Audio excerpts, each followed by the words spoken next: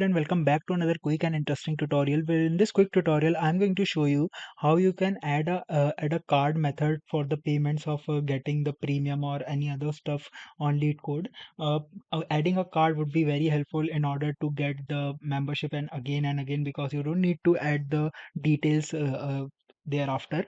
Now to achieve this, all you need to do is to just simply go to the leetcode.com website and write in the slash option which says subscription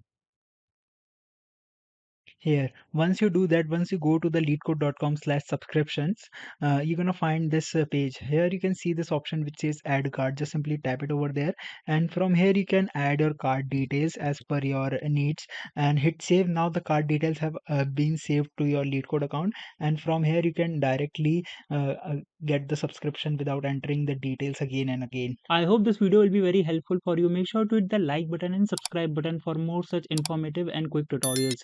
See you in the next one. Take care.